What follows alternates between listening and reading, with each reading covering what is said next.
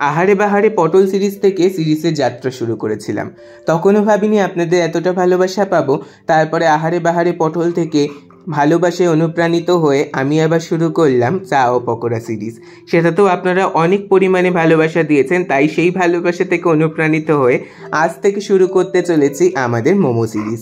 অর্থাৎ আমি এই সপ্তাহ জুড়ে যত রকমের মোমো বানাতে জানি সেই সকল রেসিপি আপনাদের সাথে শেয়ার করব। তাহলে চলুন আর কথা না বাড়িয়ে চলে যাওয়া যাক রেসিপিতে। নমস্কার বন্ধুরা, পুটুস কিচেনে সবাইকে স্বাগত জানাচ্ছি। আজকের আপনাদের সাথে শেয়ার করব শেজওয়ান মোমোর রেসিপি। শেজওয়ান সস থেকে তৈরি করে মোমোর পুর, মোমোর ডো কী করে বানাতে হয় সমস্ত টিপস অ্যান্ড ট্রিক্স আজকে আপনাদেরকে বলে দেবো। তার জন্য এখানে প্রথমেই নিয়ে নিয়েছি 500 গ্রাম মুরগির বুকের মাংস।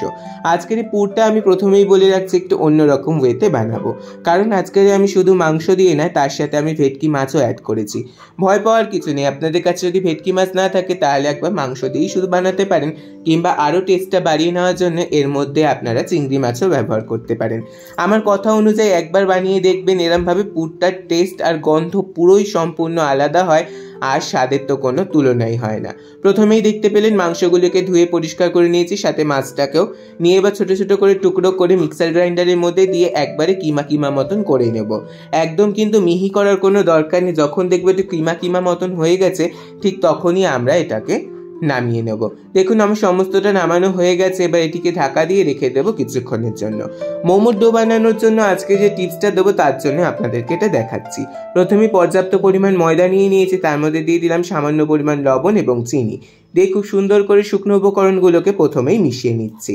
যত সুন্দর করে লবণ আর চিনিটা মেশাবেন ময়দার প্রত্যেকটি বাইটে কিন্তু আপনাদের সেই ফ্লেভারটা আসবে, তাই মেশানোটা খুবই ইম্পর্টেন্ট। এবারে আমরা অ্যাড করে দিলাম 2 টেবিল চামচ মতন গরম করা রিফাইন অয়েল। যে কোনো অয়েল দিতে পারেন, বাটারও দিতে পারেন, কিন্তু তেল দিলে সব থেকে ভালো হয়। এইটা দেওয়ার কারণে কিন্তু আমরা যখন মোমোটাকে ফ্রোজেন করে রাখবো তখন কিন্তু একদম মোমোর শীতটা ফেটে যাবে না, কিংবা একদম গায়ে গায়ে লেগে যাবে না, আর অনেক দিন পর্যন্ত আপনারা সংরক্ষণও করে রাখতে পারবেন। তারপরে তেলটাকে খুব সুন্দর করে ময়দার সাথে মিশিয়ে নিচ্ছি। এখানে একটা কথা খেয়াল রাখতে হবে, তেলের পরিমাণ কিন্তু অতিরিক্ত দেওয়া যাবে না, তাহলে কিন্তু ময়দাতে ময়ম চলে আসবে, তখন কিন্তু একদম খাস্তা মোমো তৈরি হবে। তারপরে এখানে হাতের সাহায্যে এরকম গরম জল দিয়ে খুব সুন্দর করে আমরা একটা ডো তৈরি করব। গরম জল দেওয়ার কারণে মোমোর যে শীতটা হবে সেটা কিন্তু খুব সুন্দরভাবে আমরা শেপ দিতে পারবো। বেশ একটা শক্তপোক্ত শীত তৈরি হবে, তার কারণে কিন্তু বেলতেও সুবিধা হবে, আর শেপ দিতেও সুবিধা হবে, আর সংরক্ষণ করতেও কিন্তু আমাদের সুবিধা হবে। এইভাবে অল্প অল্প করে জল দিয়ে একটা টাইট ডো আমরা মেখে নেব, ঠিক এই রকম। এবার এই ডোটাকে আমরা সাইডে রেখে দিয়ে রেস্টে রেখে দেবো প্রায় 15 থেকে 30 মিনিট মতন। চলুন তাহলে এবার শেজওয়ান সসটা বানিয়ে নিই। তার জন্যই দেখুন একটা প্যান নিয়ে নিয়েছি। আমি এই প্যানে কিছুক্ষণ আগে চিলি অয়েল তৈরি করেছিলাম, সেই প্যানটাই আবার নিয়ে নিয়েছি। তার মধ্যে হাফ বাটি মতন তেল দিয়েছি, দিলাম 2 টেবিল চামচ আদা কুচি আর 2 টেবিল চামচ রসুন কুচি। আদা আর রসুনের পরিমাণটা কিন্তু সমান রাখা ইম্পর্টেন্ট, তাহলে কিন্তু ফ্লেভারটা খুবই সুন্দর আসবে। এবার খুব সুন্দর করে একটা সুন্দর গন্ধ ছাড়া পর্যন্ত একটু ভাজা ভাজা করে নিলাম। তারপরে এখানে দিচ্ছি ইনস্ট্যান্ট চিলি ফ্লেক্স, অর্থাৎ শুকনো খোলায় মরিচগুলোকে টেলে নিয়ে গুঁড়ো করে নিয়েছিলাম, আর দিচ্ছি ঝালের জন্য লঙ্কার গুঁড়ো। এই ঝালের প্রেফারেন্সটা সম্পূর্ণ আপনাদের নিজেদের ওপর ডিপেন্ড করছে আপনারা কতটা দেবেন। তারপরে এখানে দিচ্ছি ধনেপাতার পিছনের ডাঁটিগুলো কুচিয়ে। এখানে আমি লঙ্কা সিদ্ধ করে বেটে রাখার কোনো ঝামেলাই রাখিনি, চিলি ফ্লেক্স আর লঙ্কার গুঁড়ো দিয়েই আজকে শেজওয়ান সসটা বানিয়ে দিচ্ছি। আপনাদেরকে কথা দিতে পারি, বাজারে কেনার সসের থেকেও সুন্দর স্বাদ আসবে, আর রেস্টুরেন্টে যা খেয়েছেন সেটার স্বাদ তো ভুলেই যাবেন। এবার সব কিছু একটু ভাজা ভাজা হয়ে গেলে, একদম তেল ছেড়ে আসলে দিয়ে দিচ্ছি আমি এখানে 2 টেবিল চামচ মতন গ্রিন চিলি সস। আপনাদের কাছে যদি রেড চিলি সস থাকে তাই ব্যবহার করবেন, আমার কাছে গ্রিন চিলিটা অ্যাভেলেবেল ছিল তাই আমি দিয়েছি। দিলাম 1 টেবিল চামচ সয়া সস, আর ভরে ভরে প্রায় 3 টেবিল চামচ মতন টমেটো সস, আর দিচ্ছি 1 টেবিল চামচ মতন ভিনিগার। আর নুনটা কিন্তু বুঝে দিতে হবে, কারণ প্রত্যেকটা সসেই কিন্তু নুনের পরিমাণ রয়েছে, তাই একটু টেস্ট করে তারপরে নুনটা দেওয়া ভালো। আর টেস্টটাকে ব্যালেন্স করে নেওয়ার জন্য দিয়ে দিলাম 1 টেবিল চামচ চিনি। চিনিটা কিন্তু অবশ্য করেই দেবেন, তাহলে কিন্তু টেস্টের সেই পাঞ্চটা আসবে না। শেজওয়ান সস কিন্তু আমরা বানাচ্ছি একদম টক ঝাল মিষ্টি আর নোনতার সংমিশ্রণ, যেন একদম মুখে দিলেই একটা টেস্টে ব্লাস্ট হয়ে যায়। দেখুন এখানে খুব সুন্দর মতন আমাদের একদম তেল ছাড়া পর্যন্ত এটাকে রান্না করতে হবে। দেখতেই পেলেন কত সহজে আমাদের ইনস্ট্যান্ট শেজওয়ান সস রেডি হয়ে গেল। এবার চলুন মোমোর পুরটা তৈরি করে নিই। প্রথমেই 2 টেবিল চামচ সাদা তেল দিয়ে দিয়েছি কড়াইতে, তার মধ্যে দিলাম 1 টেবিল চামচ বাটার। বাটারটা দিলে খুব সুন্দর একটা গন্ধ আসে। রসুনের সাথে বাটার যখন ভাজা হয় তখন তো ফ্লেভারটা আহা কি আর যে বলবো, আমার তো ওই ফ্লেভারটা একদম মারাত্মক লাগে। তারপরে এখানে দিয়ে দিলাম প্রায় 250 গ্রাম মতন কুচনো পেঁয়াজ, দিলাম 1 টেবিল চামচ আদা রসুন বাটা অর্থাৎ আদা রসুন কুচি। ভুল বললাম একটু, আমি আদা দিয়েছি 1 টেবিল চামচ আর রসুন দিয়েছি 2 টেবিল চামচ, কারণ আমার রসুনের ফ্লেভারটা খুব ভালো লাগে।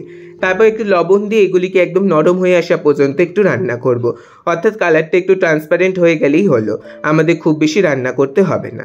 তারপরে এখানে দিয়ে দিলাম সেই কিমা করে রাখা চিকেনটা। এই পর্যায়ে কিন্তু চিকেনটাকে খুব সুন্দর করে পেঁয়াজের সাথে মিশিয়ে নিতে হবে। এরকমভাবেও কিন্তু মোমোর পুর তৈরি করা যায়, কিন্তু আমি আজকের এর মধ্যে বাঁধাকপি অ্যাড করছি। বাঁধাকপি নিয়েছি প্রায় হাফ মতন, একটা মিডিয়াম সাইজের বাঁধাকপি সম্পূর্ণটাই নিয়েছি, খুব ঝিরিঝিরি করে কুচিয়ে নিয়েছি। দিয়ে দিলাম ঝালের প্রেফারেন্স অনুযায়ী দিয়ে দিচ্ছি আমি এখানে লাল মরিচের গুঁড়ো অর্থাৎ শুকনো লঙ্কা ক্রাশ করে রাখা। এখানে কাঁচা লঙ্কাও ব্যবহার করতে পারেন, আমার কাছে ছিল না বলে আমি ব্যবহার করতে পারিনি। এবার খুব সুন্দর করে মিশিয়ে নিয়ে বাঁধাকপিটা একদম মজে আসা পর্যন্ত ওয়েট করতে হবে। তারপরে এখানে দিলাম 2 টেবিল চামচ সোয়া সস, 1 টেবিল চামচ ভিনিগার দিয়ে খুব সুন্দর করে মিশিয়ে নিতে হবে। একদম শুকনো শুকনো পুর আমরা তৈরি করছি না, যতটা জুসি হবে মোমোর ফিলিংটা কিন্তু ততটাই টেস্টি হবে। দেখতেই পেলেন আমাদের মোমোর পুর একদম তৈরি হয়ে গেছে। আর নামানোর আগে আমি সামান্য পরিমাণে একটু চিনি ব্যবহার করেছিলাম, নুন আর চিনিটা আপনারা নিজেদের টেস্ট মতন অ্যাড করে নেবেন। তারপরে দেখুন মোমোগুলোকে মুড়ে নিয়েছি।